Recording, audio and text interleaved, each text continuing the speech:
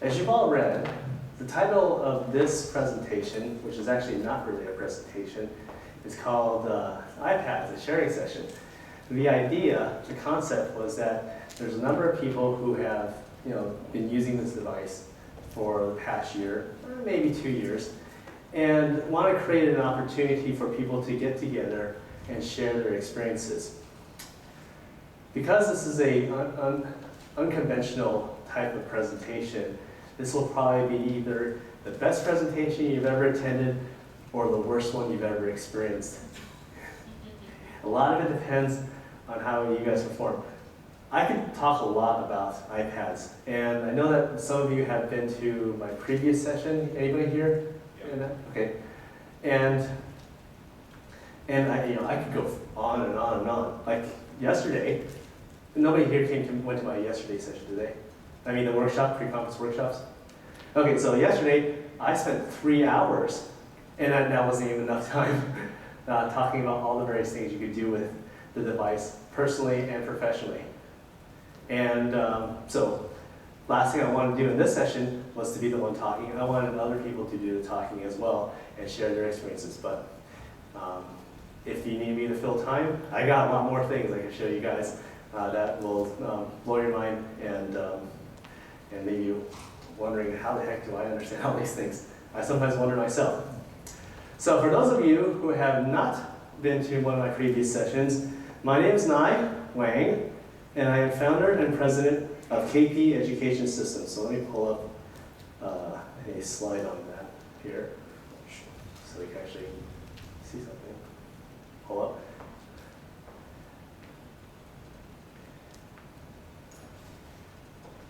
Okay, a little faster. and basically, I'm not going to go through the whole long introduction, but I wanted you guys to understand that I'm a technology nut, and I related to technology growing up when I was a kid because I was disengaged in the education system.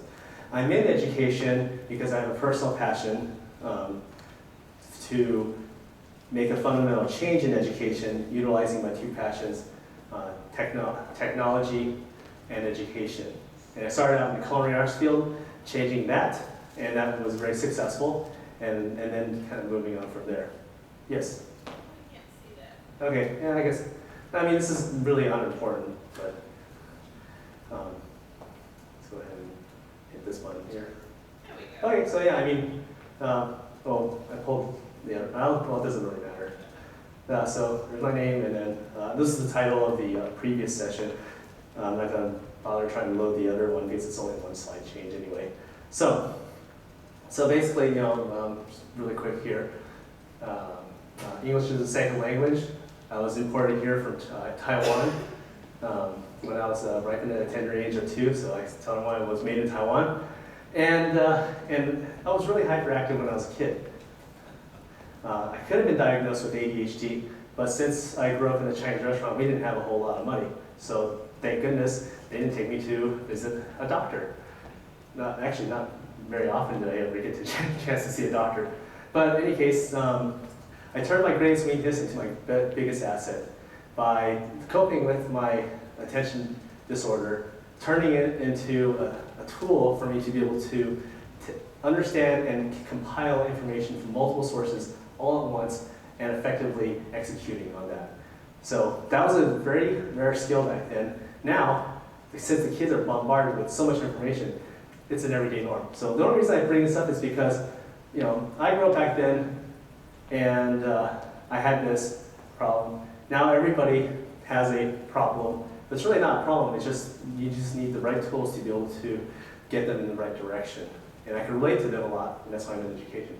So, and I love video games. Video games were the thing that kept my attention, and computers, and programming, and tinkering, and exploring, and trying to build new things, lots of those things.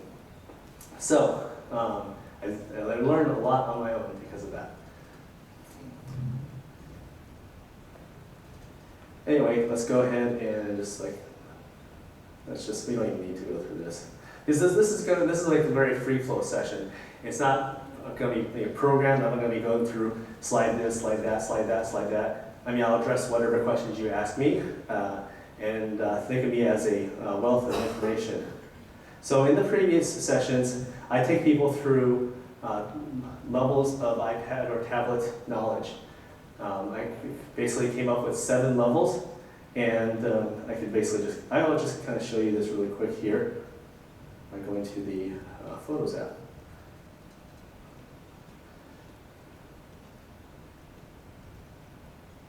Just to give everyone a little context. So in our levels, and if I were to give the regular presentation, I'd just be going through a whole entire rigmarole. But we have level 0 to practical, which I talk people about practical accessories and things that you use, such as the one that I'm using right now to wirelessly transmit this image, rather than having a wire to be able to view this. It's a very special tool. And it's not very expensive either. Then obvious uses and obvious things in with the iPad, level 2, the apps. The apps are really the fundamental building blocks of these devices. Without them, we wouldn't be able to do a lot of the things that we want to do. Kind of like, Windows. If you get a Windows computer, you don't put anything on it, and all you can do is just play solitaire. Maybe Circuit Web too. Creative, which is creative web apps that allow you to be able to directly interface and link with web app services, which are not apps, but perform like apps, but without the installation. They're all cloud-based services. Then we have over here, level 4, the imaginative. Basically, at this level is when you're reimagining the app or finding new ways to better utilize it more than what it's obviously used for. And then the unexpected is like you're tinkering. You're a tinkerer now. You're actually poking around trying to do various things, and you get unexpected results that usually are good. So hopefully not bad. Savvy, the techno-savvy, the nerdy people like me, and then level 7, ludicrous, because I love Spaceball. Anybody watch Spaceball here before? All right, I got 1, awesome. So those are the levels of tablet knowledge that I place in there. These are just pictures I'm scrolling through. Because the last thing I want to do is be up here talking for any longer than I have to. Star Trek nut, I dreamt of the day to have something like this when I was a kid, and now I do. This one even looks like an iPad. Using bricks for mobile computing to these devices, Palm, which I call them over-glorified grocery lists and contact lists, to tablet PCs, where we came close, but we had a problem with Windows XP being used as our primary method of inputting into the device. And then, then we moved forward to 2007 when the iPhone came out, and then everything just changed from then, because we started creating, I like to say, relationships with our devices. Because it's that touch interface that creates that relationship. And before, you were using a digitizing pen, which is okay, or a mouse, which is very removed from that. And then the iPad came out, which is larger, which is a big iPod Touch. Actually, no. And then other tablets. So this here, these tablets are your Swiss Army knife of endless possibilities. You have multiple tools to do multiple things. You have specialty tools to do specialty things. And you have it all in this one device. Okay, so with that being said, let's turn up the lights. And this is when I like to hear from you. Anybody here using the iPad as a classroom teaching tool right now? 1. All right, great. 2, kind of a little experimenting with it. Ish, huh? Partially. Okay, so using it as a teaching tool. Anybody implementing it in a complete, one-to-one environment? Anybody? Okay, so nobody's had that experience yet. There's actually a lot of great case studies, and I'm actually going to get you links and studies and other people's blogs and results. And there's actually a lot of good information out there. And probably in about 3 minutes, I'll send you I'll give you a URL for y'all to write down and get to that content. Okay, so everyone else here just uses it for basically personal or individual use, like getting in contact with your district administrator or reporting back and forth, right? So is that where everyone's at right now? Oh. I actually have my students use them. We have a card we can check out at school, so Okay. I actually have my students use them. Okay, so you do have one-to-one, Yes. basically. Okay, great. Just not every day. Not every day, but you check it out like you would normally, like a netbook card or something like that. Favorite day? That's their favorite day. Yeah. Okay. Cool. So since you are the one with the most experience, I'm gonna put you on the hot seat. Okay. And actually, let's get a little closer here, and if you want to just slide on over so that when she's talking, then you can hear her, because it's kind of difficult to pass this around actually.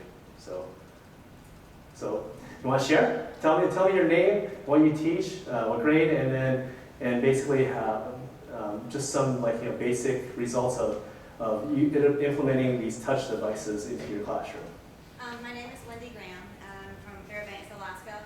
I'm from South Carolina, that's why I have an accent, but I live in Alaska.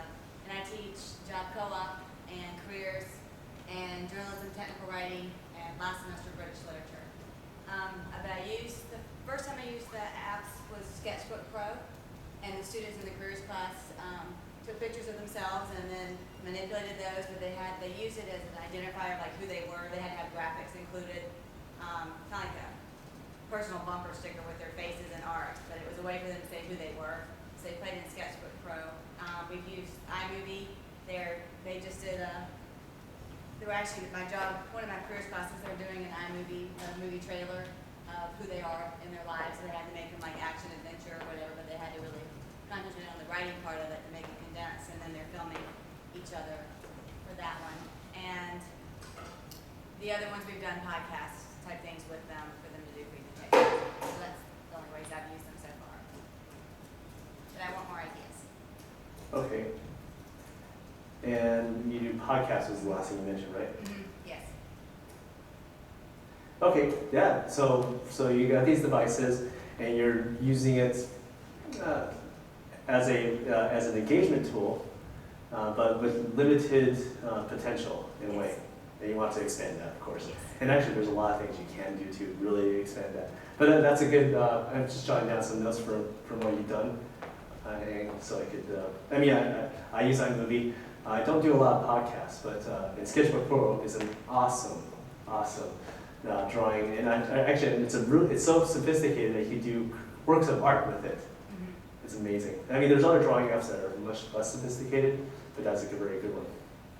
Okay, cool. So the results of having this is that they're engaged, and you're trying to put some pedagogy into it, and to really transform it into a really rich learning experience. Now, with what you've done so far, has it met those goals? Yeah, the students are very engaged. They were hard for me just because they're so new to me as well. So I've definitely tweaked what my expectations or how I would do it. But they love them. The only problem with any of this is they get on the cameras when you're not looking and they take random pictures. Okay. They filmed me teaching. I didn't know they were filming me. That kind of stuff, yeah. And you have policies against that, right? Yes. Now I've learned how to policy. I didn't think about it because they can't have phones out. So Yeah. I wasn't thinking about the camera aspect of it. They were being funny, but still. Well, yeah, and they can't really do anything with it. No. So, all right, very cool. So what was one of the major pitfalls, I guess, from your experience? Other than the cameras? I had, with the Sketchbook Pro, I had to learn how to do it too. Like I'm an ideas person, I come up with the idea, but I don't really know how to do everything, so our IT person comes in to help with it, but I still have very limited knowledge myself. I just know I need to do it. So Yeah. that's why I'm here, so I can learn more from you, so I don't have to have so much additional knowledge. Okay, cool. All right, awesome. That's great. And one of the things that I point out in my sessions is that this is very new technology. We're all pioneers together, trying to figure out why we're using these devices. If a lot of us are trying to figure out, hey, these are amazing. I don't know what I'm going to do with it. But the thing is that we do know is that it does create student engagement, and we want to make it the most useful, impactful, and best tool out there that's better than any other traditional medium. PCs, they were great. They accomplished what you needed to do, but they never created that personal relationship. And then they never really, even if you pull out a laptop card, it still doesn't create that level of engagement because there's still that disconnect. So thank you very much for sharing, and we're all pioneers. So I even call myself, I'm not an expert in this, because there's no such thing as an expert in this, because there hasn't been enough time for somebody to become an expert.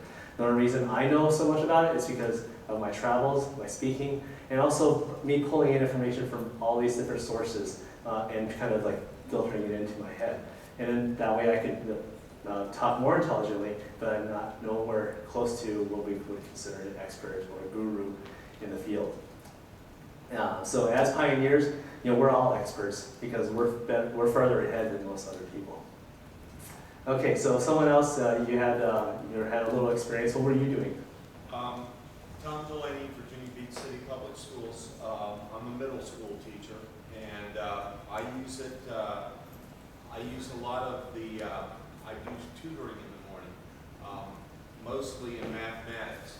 So I'm using, math calculators like free Graph Calculator Pro, Money Counter, math formulas, which actually list all math formulas for kids to learn, and programs like that. Basic fraction, I use that to try to teach the fractions and all, and so I use it there. I'm a tech ed teacher, so I cover most STEM. So basically, I plug this in and I use it as a big tool to demonstrate things. I have a wind tunnel one here. I have, a program that allows me called, I'm trying to find it here, Now, suspension. I use that, which kind of shows if I move my fingers a little bit, these elements will fly around. Oh, so cool. I teach a lot of, molecule movement like that. There's several programs I use that help me teach the elemental charts, EMD, PTE, CHE, App Suite, Lab Assistant. So I use it more like that. Okay. Unfortunately, I only have this one. We do have a bring your own device Oh, cool. BYOD. policy, Awesome. so that the kids can bring them in, but most of them don't have them. Yeah. So, Actually, there's an interesting study that I usually point to from tomorrow.org. They actually survey over 300,000 teachers, students, administrators, parents, people in all walks of life in education. And they conduct a survey every year, and they usually ask technology-related questions, implementation questions, and things like that. And they track the trend, and they see that trend really change a lot in the past 5 years. But one of the key findings they found in the 2011 study, and if you ever go to visit that website, they got lots of great information about technology, is the fact that they surveyed these parents from the low socioeconomic areas and asked them, if there was a very good use for tablets, would you invest in those devices? And at the time when they conducted the survey, Barnes & Noble just came out with the Nook color. Amazon just came out with the Kindle Fire, and those devices were $200. And when those came out, you probably see kids everywhere. Even that's a lot of grade school kids having one of those devices now, and those are a replacement for graphing calculators in a way. Because you said so much. So their finding is that yes, they would support and they would make the investment if there was actually a very good use case for it. You take in the past, you take a calculus class. You have to almost get you have to get a graphing calculator, back 10, 20 years ago. And they're saying that these devices are great, but if they're not going to use it, I'm not going to invest in it. So what we're trying to do is we're trying to find good use cases for it. So we're exploring, and right now it's not something we can totally depend on, but pretty soon we will have that, and they're willing to. And that's the thing, is you can present that case to your class and make it basically an informational sheet about that. So very cool. So you've done a lot of exploration, you tried a lot, you've been experimenting. I guess my question to you is, how much time did you spend experimenting with apps, and what was your failure rate on things that didn't work out for you? I want to hear from that. I spend a lot of time looking for apps. It's not always easy to find, what I want, when I want, and how I really want to present it. So most of my time has been spent trying to find of the apps that I'm looking Okay. for. So it's digging for gold in a way. Yeah. And do you use the App Store as your primary means of finding stuff? Any other sources? Absolutely. No, I haven't gone anywhere else. Okay, I've got some great information for you to look at, because I found a lot of really good resources. Specifically, there's a lot of stuff for math, but there's other stuff for things. So I pulled my phone out because I turned on my wireless hotspot, because I was going to ask, do you have wireless built into yours? No, mine's the original, so. Okay, so if you want to connect to my wireless hotspot, because what I'm going to do is I'm going to direct you to a site to sign in, because what I've done with the technology that I created, it's a learning system that's online in the cloud, and I created a class and put all the content in the different levels into that class so that you could go in and look at it. It's kind of like, if you went to like a wiki, not a wiki, but more sophisticated than that, a Blackboard site, but a lot easier to use.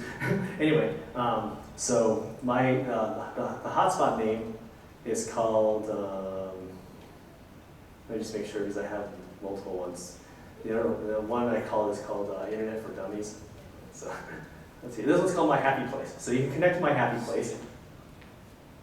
And I need to know how many people are doing it because I think I have a capacity of 5.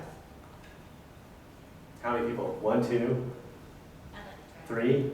Okay, that means I have 2 more possibilities. Okay, so 3. Good.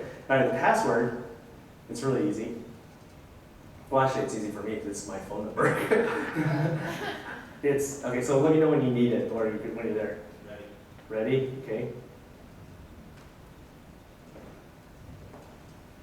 And then for the rest of you, you can just write down this web address and you can actually sign into it later as well. Okay, so password is 701-6323. So actually, wait, let me just write down here. I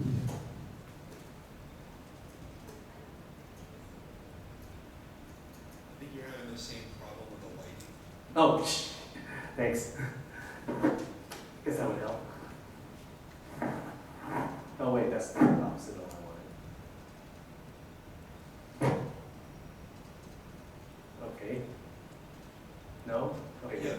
All right, now it's really dark, but I'm gonna, so here it is, there's the password right there. And what's the website? Okay, so the website you'll be going to is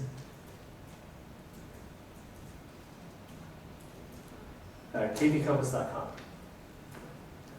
And let me get the code.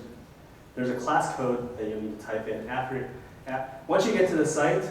Basically it's our student portal, so you'll need to create an account. And don't worry, I won't spam you or email. It's one of those things you just have to sign into it. You can sign in using your Facebook, or if you have Facebook. You can use any type of social media tool like Twitter or Google or AOL or Yahoo. Or you can just click on Create Account, and you can just create an account by entering name, email, and password. That's it. We don't ask for any type of information. We don't want to violate FERPA, so we keep that very clean. Anyway, so once you're there, you create the account, and then you will type in. I have this right here, so.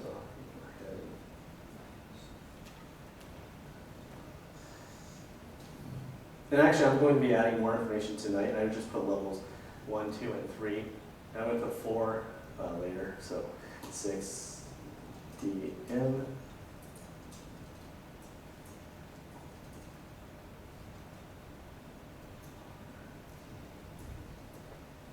Okay, so 6DM RT 0 or low, it doesn't matter. We catch for that. TQ. Okay, so that's the course code. Basically, this is the class I created, and that's the code to get into the class after you created the account. Okay, so once you've done that, then you'll see, like, unfortunately, because of the setup I have with the Apple TV to transmit this, does anybody want me to show you how I did that? Yes. Okay. Since I showed it to the earlier crowd, I know it's going to be repeat information, so I'll make sure. Oh, wait. Everyone good with this? Yes. Okay, all right, cool. So I'm going to switch over to, So this is what I call level 0, because it's predates electronics. Well, actually, not electronic. Predates tablets. No, it's actually a physical item. Sorry.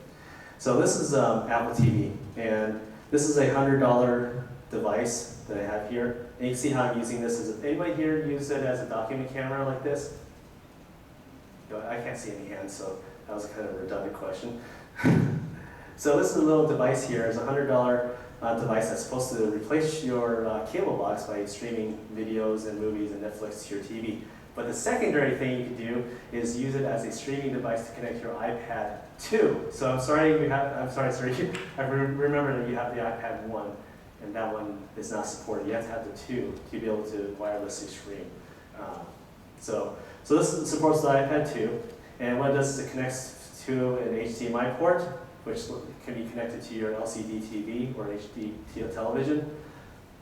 And then over here, I have an adapter that converts the HDMI into VGA. So this is key because not a lot of schools have HDMI inputs on their projector. So this piece of technology came out only 6 months ago. Prior to this, you had to spend $300 for a very specialty tool to convert the video signal. And this company figured out how to do it for $60, which is incredible for me. To me, because like it's a very complex conversion process to convert this data to this data. You can't just wire lines to it.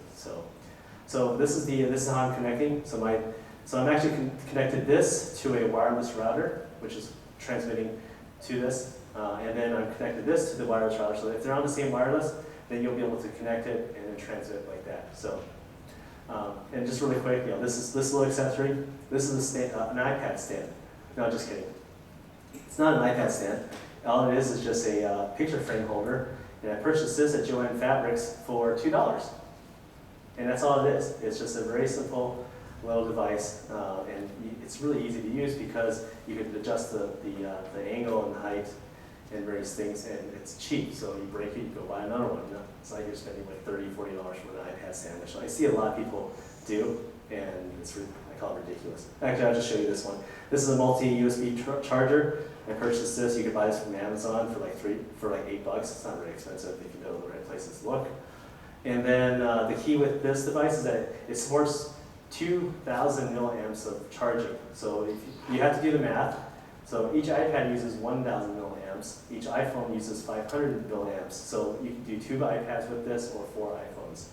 Really cool device because instead of bringing multiple chargers, if you have multiple devices, it doesn't have to be Apple. It could be like you could use an Android phone or anything that uses USB. You plug it in and you have a total reserve of 2,000. I don't know if you can read this or not. 2,000 milliamps. And it's telling you that if you have 4 devices, then you're dropped down to 500 for each port. Here's the same thing with the car charger. So this is really cool. Actually, I've seen this sold for upwards of $30. I think I got this one for $6 from some Hong Kong dealer because I'm Chinese and I know how to find those places. Actually, it's not very hard. You just gotta look in the right places. Yes. Remember, I was made in Taiwan, so and that's really all I need to show. I mean, the only other thing that I show people that is I'll turn the light on for this. Light on. All right, cool. The only other thing that I show is like my favorite thing, which is my bag accessory. So when I always carry my iPad with me over here. Oops, I pull another iPad, so I'll put that in there. So I always carry my iPad with me right in my bag, so it's always quick and easy to accept it and easily accessible. And if it's not easily accessible, you use it less often. So what these devices are about convenience. And personally, if you don't have it out there, you're not going to use it. So if you have it in a place where it's really convenient, so you go, okay, you don't need to look it up, I just go, there we go, just like that. I can pull it in and out really quickly. And this is actually not an iPad bag. This is a European travel satchel that I had 6 years ago, part of the luggage set. And I looked it up, and it's only $20. It's a really cool bag because there's a lot of pockets and accessories. You can put pens, water bottle, lots of different things. I put my iPad stand in there, and a lot of people will call it my man purse. And I don't care because I have my iPad with me at all times. and I'm not having to lug something bigger and bulky around. And I never use a case for it either, because they're really resilient. I mean, I pull this thing in and out like hundreds of times, the screen's not even scratched, and there's zippers in here. So like, you would think that it gets scratched eventually. No, not scratched. And then one time I actually pulled it out so fast that, okay, that happened, and it stayed intact. And those of you who were in my earlier session already knew that this was coming, this is a prop iPad. That's right. Yeah. So anyway, it's all about convenience and how you access it. And anyway, I know that has nothing to do with classroom management, but I just wanted to throw that in there really quick. So those of you who were in my previous session, I have like this whole entire ritual of how I present this. So you can see how this is like all free-flowing in a way. So for those of you who have not been in my session, you probably think I'm completely disorganized, right? So I saw a hand go up. Yeah, my name is Jim Larkin, and I'm an English teacher at a technical high school, Alphabet Technical in Marlboro. And we're kind of piloting some tablets for, it's targeted for special education and accelerated students right now. But I kind of wanted to put you on the spot. Yes. About kind of how do you verbalize the value proposition because schools can be pretty traditional and resistant to change, and so questions come up about sustainability, how kids will be accountable for this technology if it's on their person and they have it, and what do we do with existing curriculum or textbooks when we can have it all there, but what do we do with everything that we have? So I'm sure you get those questions a lot. So I was just quite curious how you respond to those questions. Okay, so is this specifically for special needs, or is it just generalized in education? General in it, because I would love to see it expanded so we could have a curriculum on a tablet. But I think that I guess the question becomes, because the technology is not so old. Will there be something else, down the road? I mean, I think schools want to have something that's consistent and sustainable. Oh, absolutely, and that's a very good question. The entire aspect of the value proposition is immense. We talk to an administrator, go, yeah, I want iPads because it's trendy. Or, no, that's not the right way to go. No, but the thing it does create engagement, and that's one good value proposition. Now, the other one is you have to present good use cases for the materials. So, I'm not even going to try to remember anyone's name, but I'll say math teacher there. Don. Okay, math teacher there.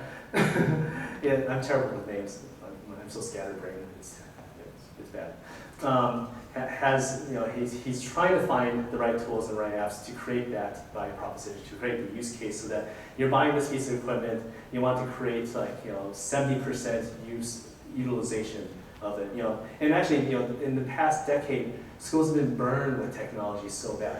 You go out there and you go, oh my gosh, interactive whiteboards, it's great, I can draw on it, like a whiteboard traditionally. And then you buy it and you spend tens of thousands of dollars outfitting the school with it, and then next you know the teacher has it on the side, it's too complex, it's too convoluted, it doesn't really engage the students that much, and it just kind of collects dust.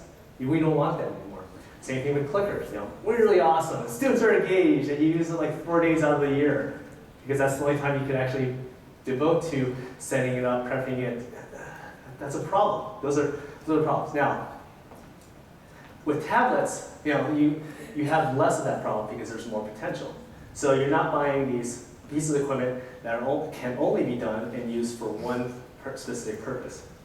So even if you buy it for a math class and you find out there's a use case for it, then maybe another teacher might be able to use that that capitalized equipment, and then it could be used that way, and then be transformed from a math tool to a science tool. So that's one way that you could, I wouldn't say justify, but it's one thing that you could alleviate as far as fears, because so many directors have been burned because they buy this one piece of equipment and it just sits around and collects stuff. Now here's the other thing. This addresses the accountability issue that you mentioned.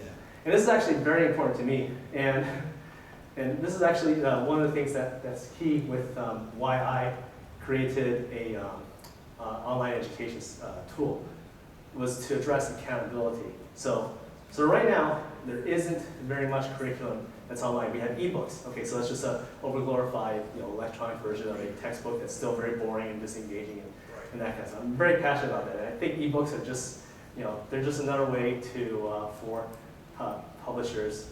I shouldn't say that out loud, but because I'm trying to work with publishers right now to convert them. But it's their lazy way to sell you the same old crap. And what I want to do is to create a system where you create that level of accountability by changing that content into something better and richer, not just adding more multimedia to it. Like this goes way beyond iBook Author and iBook 2, where you can put videos and images and things to create more multi-immersion experience, which is still the same old crap with moving pictures.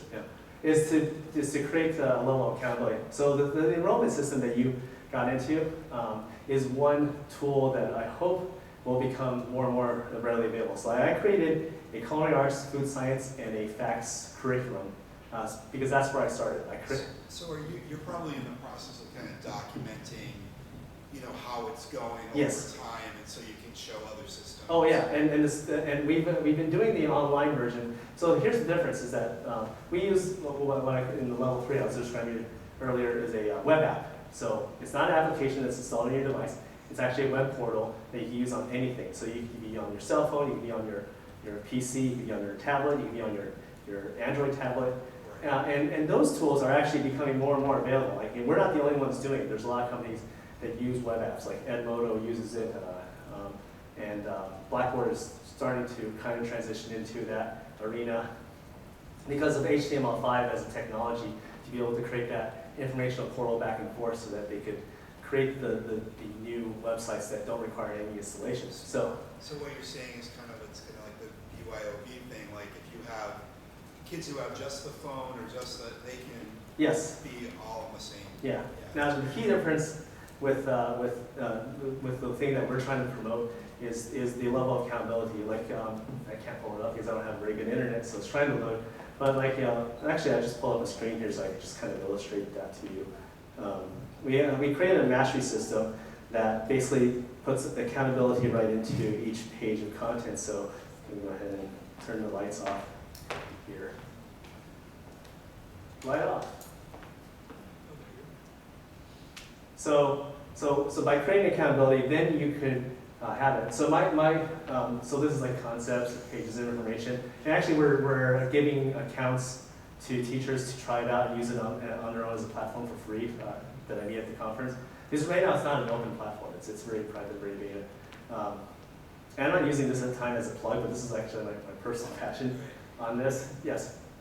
Now, are you saying you have different names for different subject matters? Right now we have 7 subject matters. We're trying to get more publishers to convert into this platform so that. These are interactive things for the students? Yes, it's interactive in the sense that they would engage with the content. There could be animations, there could be activities in here.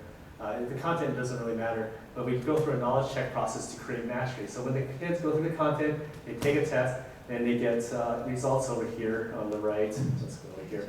And then the colors tell them, you don't know this information, go back and study it. You know this one average, here's a green one. So you know this one very well. So it's basically telling, it's a formative assessment system that creates that. And then the accountability piece is that their accounts, they have to log in, they have to do it multiple times to level up their knowledge. So to directly, and actually you actually have a, here's a picture of here's your results screen, so you can go, hey, this is doing poorly, this one's doing average, this one hasn't done any work. Now, when you do this, does that automatically take them back for remediation? Yes. Or do they have to physically go to that remediation? Well, it does. It tells you need to study these pages, or you go back to the module and then you study it. So it doesn't force them to, but it tells them they need to do this, and if they go back to the module, it's tell them again, you need to do this again until they do it. So now, does that allow them to retake the test then for just Yes. that part, or would that be the whole test? No. So if you're looking at here, if this is in the remediation set, then everything that's red would only be the ones that you're testing into for the remediation set. Excellent.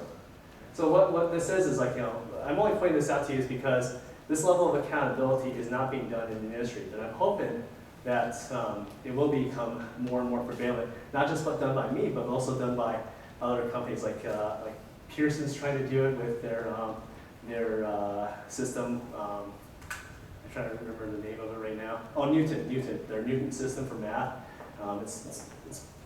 It's come along, actually, so it's a very good piece of technology. It uses adaptive technology, and we use adaptive technology as well. So in your case, since you're in this session, we're actually we're doing private beta, so if you sign up for the class, I'll get your email address, and like I said, we won't email you. It's not an automatic email. Right. I'll email you, and I'll convert your account into a teacher account, Okay.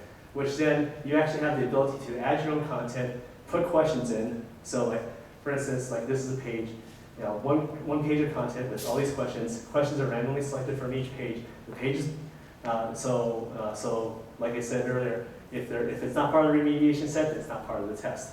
And then they get randomly selected, and based on that random selection, then they would be told, you did well, you did poorly, and if you did poorly on it, go test again. Another random selection of questions are taken, and that's part of the master process. I could go on and on about this, but I don't.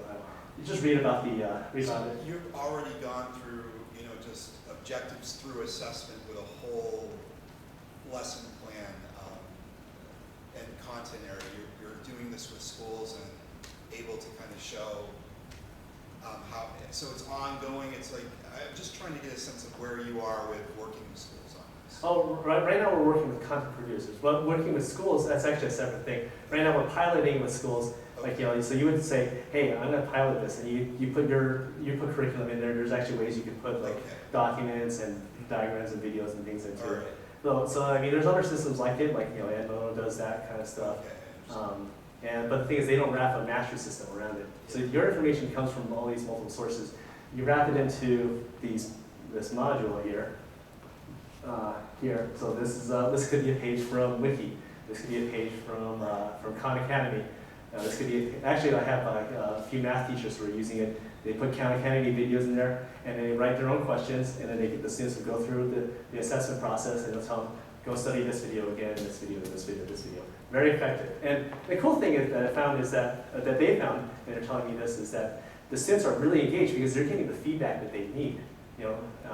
Because when they study, they either take a quiz and then they get told what grade they got, or you have like a silly testing system where you got this wrong, go study that page, or you got this wrong, here's the right answer. That's not real learning. And then, but now they're getting feedback. Okay, this is a red dot. I know I need to go back and study it. Or I can just ignore it. The prerogative is up to them. But you as a teacher can look at it and see, okay, you got that as a red dot. Let me go here.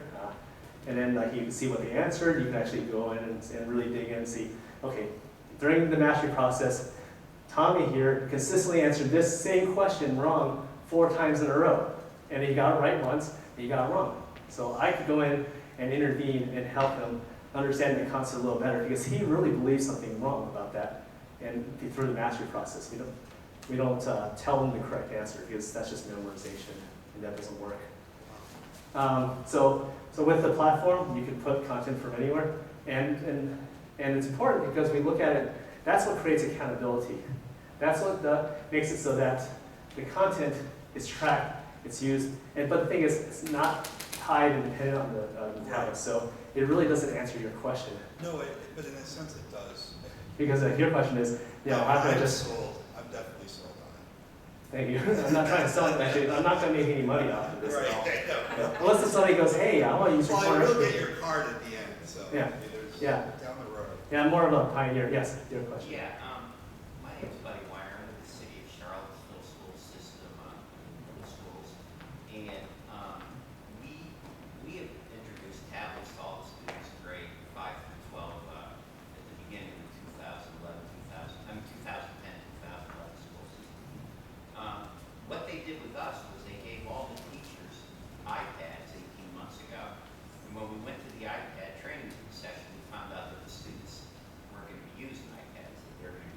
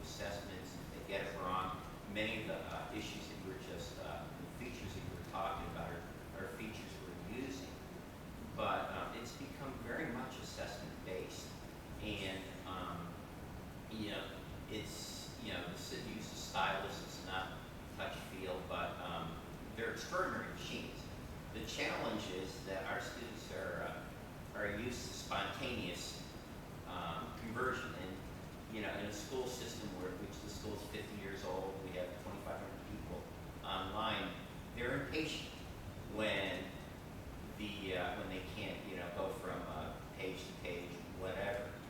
But there's no question from the standpoint of assessment performance, it's been extraordinary. I mean, we bumped it up even more.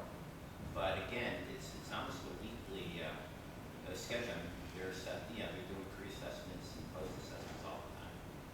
But we're there now. That's wonderful. I mean, that's great that you have that technology integration, and you're actually seeing success from it. You're seeing. Well, it depends on what the definition of success is. It's true. It varies From very the amazing. standpoint of assessments, our SO assessments were clearly successful, especially in math last year, where they changed the test. We still did fairly well. But obviously the students aren't completely enthralled with machines. The teachers, we don't have those machines. We still have iPads. We're trying to figure out why. But Wow. in any case, we're there now. We're moving through it, and if you're looking from a standpoint of test scoring, it's been successful. Mhm. That's great. I mean, there's actually a good amount of success stories, and in that class that you sign up in, like I have like different lists, and there's like a site that has like a ton of different links to people's blogs. It's actually the second or third page of the intro module. It's called Kathy Schrock's Guide to iPads. And basically what she does is she finds an article, puts it in there, and then it's a huge, there's lists, there's like specific applications, and it's just basically an aggregation of lots of different, it's a lot of information to wade through, but you can't find what you're looking for.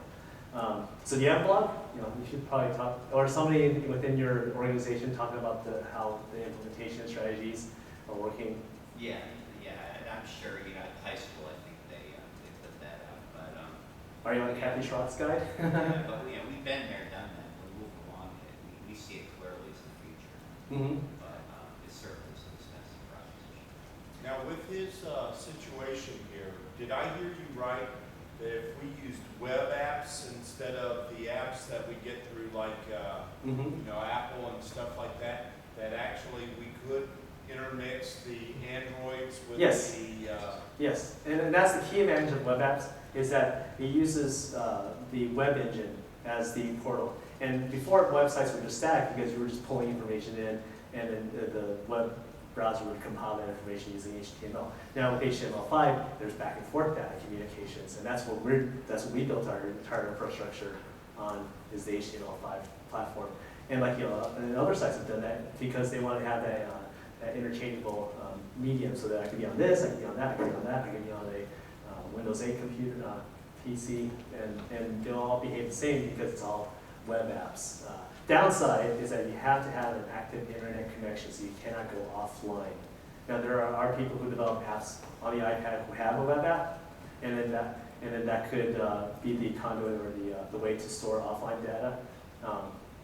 We're working on a different solution, which is actually we're trying to stay away from actually having to download individual pieces of software, so that to create that offline mode as well. But that's one of the big challenges with web apps, is that, well, you gotta think of it this way: you go and you log into AOL, you get your email. It's always fresh, it's always online. Now, if you have an app version and you're not connected, and you're just reading the old stuff, you're not really pulling the new stuff. So there's advantages and disadvantages for each level of integration, and there's ways that there's people who have direct integration between the two, but then without the app, then you're very open to multiple different ways of expression, and then that's the way we think about it, is that we don't want to limit it to just apps. We want to make it so that you can just pick up anything, log in, and you're good to go. So good. All right. Yeah, thanks for sharing that. We always love to hear success stories, and people who try. One other point out, for those teachers here who are in the states with assessment, our shutdown rate when we did the standardized test was 15%.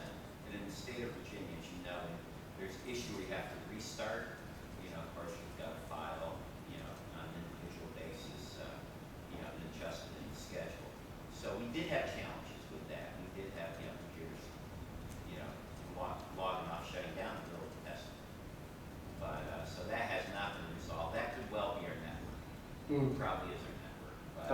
log off, yeah. Yeah, but it's very frustrating for kids. I mean, they have to go back on and start over. But it was 15%, which is a lot. Wow, that is pretty high shutdown rate there. Okay, very, very cool. And it's just interesting that, like, you're using that type of device too. But really it's all about implementation. So the only downside is that it's not creating that level of engagement that these devices have. All right, cool. Anything else? I'm going to show you a really cool education app that I shared earlier. I'm going to turn the light out. It's called Edu Creations. Now, this is really cool. Let me turn which one's the button. Oh, no, there's so many buttons on here, I can't. Wait. There we go. Oh, it's telling me the third one. It's the best one to hit. No? All right, everything off. All right, so Edu Creations is a free app that you download, and it does Khan Academy-like recordings. So here it is. And what it does is it allows you to draw on it. Plus 2 equals 6. Okay, now my math is not that bad. And then as you're doing this, you're talking to it, the microphone's picking up your speech. So I say 2 plus 2 equals 6. Actually, no, 2 plus 2 is not equal to 6 because of the principle. I'm not a math, actually I'm good at math, but I'm not a math teacher, so I'll just make some gobbledygook. Because of the principle of X factor and X files, because of Scully and Mulder chasing aliens. So, blah, blah, blah. I'm recording this information. I can import a picture, drop it in here, and all these things are being recorded. So it's kind of like a screen recorder, like Camtasia, that you might have heard about or used on your PC. The cool thing about this is it's just recording it right on your app. When you're done, you package it, you export it, or you can upload it into their cloud-based service, and then you actually grant access to other people to view it as well. So this is a really cool app that you can just kind of use it as a, like Khan Academy does, where he's expressing certain mathematical principles, and you're seeing the doodles that he's doing. So actually, let me just insert a camera photo. So, and then during the 16th century, we invented this little weird button thingy, and then it goes into that, and then it's pretty big. Let's shrink it, put it over here, and then let's put a big old smiley face right there. Okay, so anyway, it's a really awesome tool. It's free, and this is one of those it's something I must share this with you, even though some of you have already heard about it. Okay, so oh wow, actually the time went by really fast. Are you guys surprised? I'm surprised. We've already gone. We started at what's that? 3:30. Yeah. What time were we supposed to be ending? 4:30? Oh, cool. Actually, so that means it's really good, because I thought we were just going to be, totally dead silent. Actually, there's a few more things I could show you in the last 5 minutes if you want to stick around. And I'm just going to kind of land blast you through all these different apps and things that, so for those of you who were with me earlier, feel free to leave, because it's just going to be a repeat of those apps. Okay, so this one over here, let me turn the light back off again. It's called Socratic, Socrative.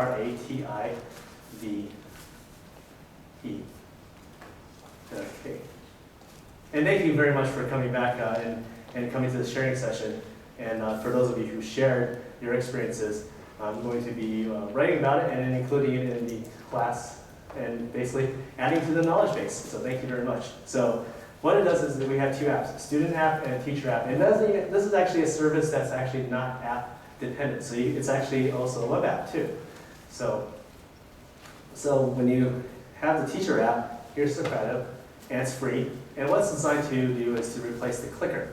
So you use these devices to interact and do a student response system through the devices. So like I said, you don't have to use an iPod Touch just to, or an iPad or anything like that, just to interface. You can actually have a website and a web page. Yes?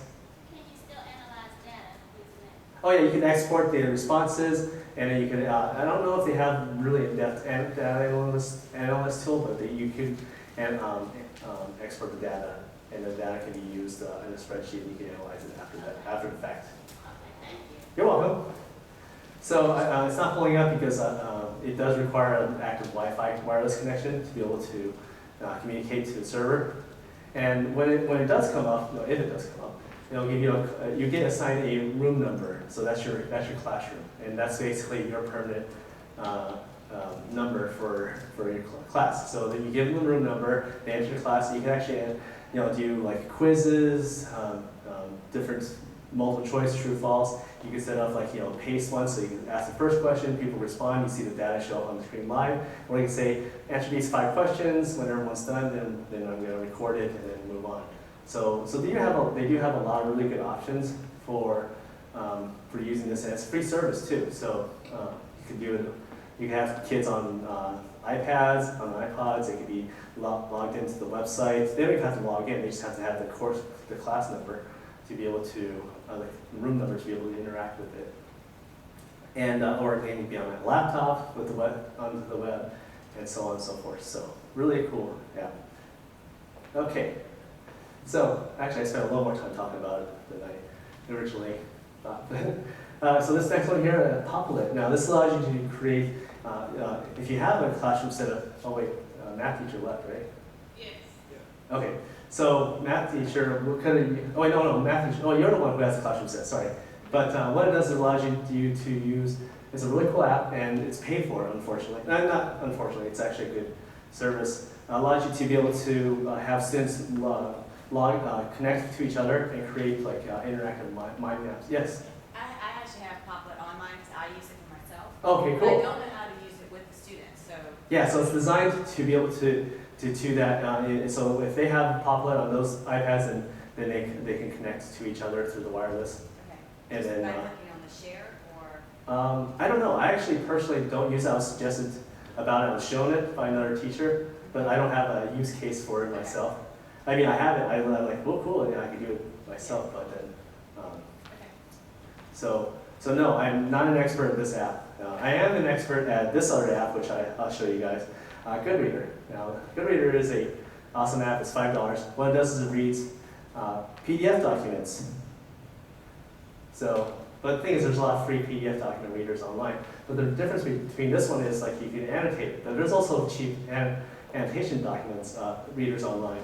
But this one's $5. So in the app sphere of things, that's considered expensive. It's actually not that expensive. But I have a question. when you have a lot of choice, yes. I haven't used the app yet, or the iPad yet, but we're getting a set as well.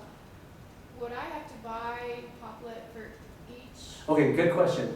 Apple has a volume purchasing program. So you have to have an education account. You actually have to have Apple education rep. And what it does is you buy a classroom set. You would get like anywhere between 50 to 80% discount on the app. So so you purchase it, and then you basically say, I want 30 licenses for my classroom set, and then they would kick back a price for that. So that's one way. And actually, that's probably the best way to do it. But you can also read Excel spreadsheets. So I can pull that up. There we go, the spreadsheet. And then you can also do open up PowerPoints. It's a reader, so it reads multiple formats, but it does more than just read. So over here, I'm going to click on Manage Files, which is up here. And in Manage File mode, actually, I can actually move files around. I can protect it. I can link it. I can share it. I can do a lot of additional things that other readers don't do. I could actually put them in folders and organize it.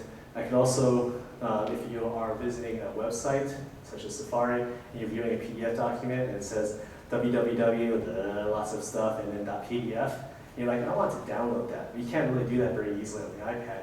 But if you copy that internet address and you click on Enter URL, it pops the internet address from your clipboard into the space, you hit OK, and it downloads it into your Goodreader. So you actually download that PDF file right into your file structure here. And then the other thing is that it also connects to your cloud services. So you can connect to your Google Docs, Google Drive account, your Dropbox account, a lot of these cloud type services that you would use to connect your information with can be accessed from this direct. And the last one, and the one that I like the most, is this one down here.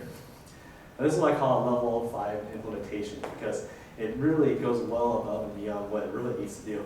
But by clicking on this little Wi-Fi icon, I get told a address that I could give to you guys if we're on the same network. You guys aren't on my same network here.